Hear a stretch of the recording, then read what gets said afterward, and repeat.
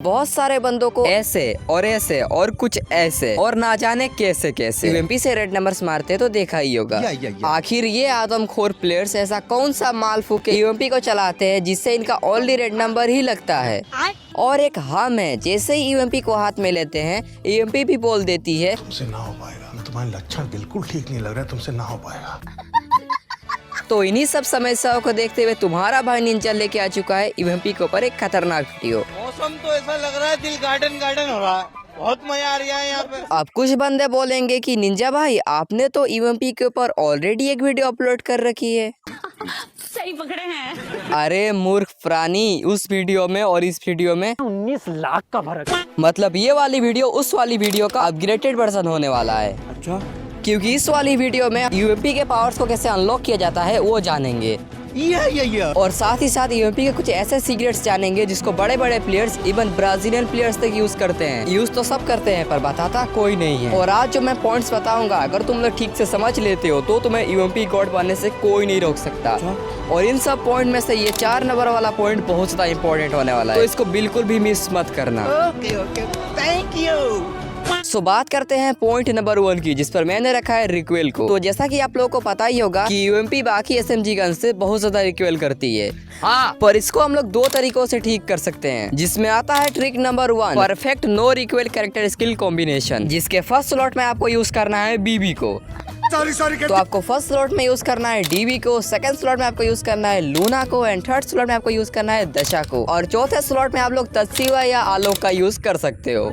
खाओ माँ का सब। अब ये कैरेक्टर स्किल कॉम्बिनेशन यूज करने के बाद भी आपकी यूएमपी रिक्वेल करेगी ही करेगी अगर आप लोग ये गलतियां कर रहे हो तो। क्या? सबसे पहली गलती, अंधाधुन फायर करना। बंदा दिख रहा है नहीं दिख रहा है उससे कुछ मतलब है ही नहीं, बस फायर करना है आप लोगों को।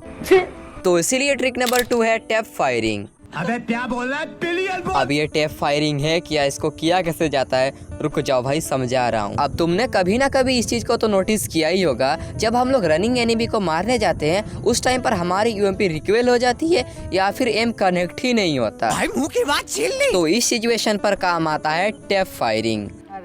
तो जैसा कि मैंने बताया था, अगर आप लोग रनिंग एनिमी को मारने जाओगे तो आपकी गोलियां तो रिकॉल करेगी ही करेगी, तो इसीलिए आपको यूज करना है टैप फायरिंग को। अब टैप फायरिंग में होता ये है, जैसे ही आपको कोई रनिंग एनिमी दिखे आपको 2 गोली फायर करना होता है, देन रुकना होता है, एंड अगेन फायर करना होता है। सिंपल भाषा में कहूँ तो रुक रुक के फायर करना होता है। Okay thank you. अब जैसा कि आपको भी पता है और मुझे भी पता है कि यूएमपी कितना ज्यादा तगड़ा गन है, परंतु इसकी जो सबसे बड़ी दिक्कत है वो है इसका एम स्टक। अब ये वाली प्रॉब्लम आपने कभी ना कभी फेस किया ही होगा। आपने हेडशॉट मारने के लिए ड्रैग किया होगा और आपका एम पूरा बॉडी पर चिपक गया होगा। तुम्हें कैसे पता चला?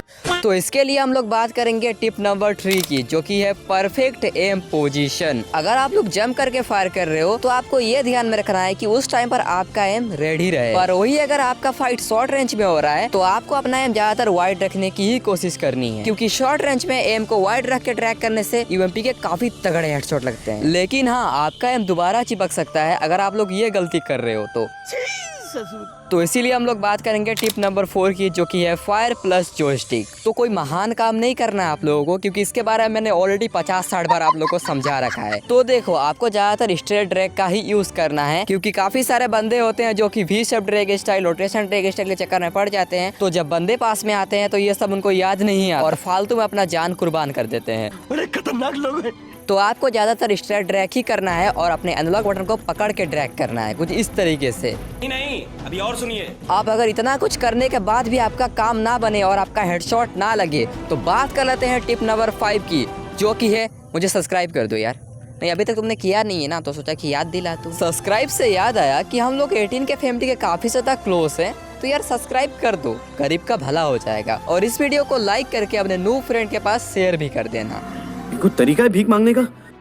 तो बात कर लेते हैं टिप नंबर 5 की, जो कि है सेंसिटिविटी। अब चाहे तुम जितना भी कुछ कर लो, अगर तुम्हारी सेंसिटिविटी ही टट्टी होगी तो तुम्हारा घंटा भी हेडशॉट नहीं लगेगा। तो अगर आपके पास 2 से लेकर 4 GB रैम का फोन है तो आप लोग ये वाला सेंसी कॉपी कर लो, और वही अगर आपके पास 6 से लेकर 8 GB का फोन है तो आप लोग इस वाले सेंसी को उठा लेना। और अगर आपके पास इन सब से भी हाई डिवाइस है तो मैंने सेंसी के ऊपर ऑलरेडी एक वीडियो बना रखी है, तो आप लोग जाके वॉच कर लेना इस वीडियो के बाद। और ये सब जो मैंने सेंसी बताई वो सब एंड्रॉइड यूजर के लिए थी, और अगर आपके पास आईफोन है फिर भी आपको सेंसी की जरूरत पड़ रही है तो आपसे बड़ा नूब कोई नहीं है। खैर आज की वीडियो में इतना ही था, तो चलो मिलते हैं नेक्स्ट वीडियो में, तब तक के लिए bye bye, take care, thanks for watching, love you all, bye. अब देखो मूवमेंट कर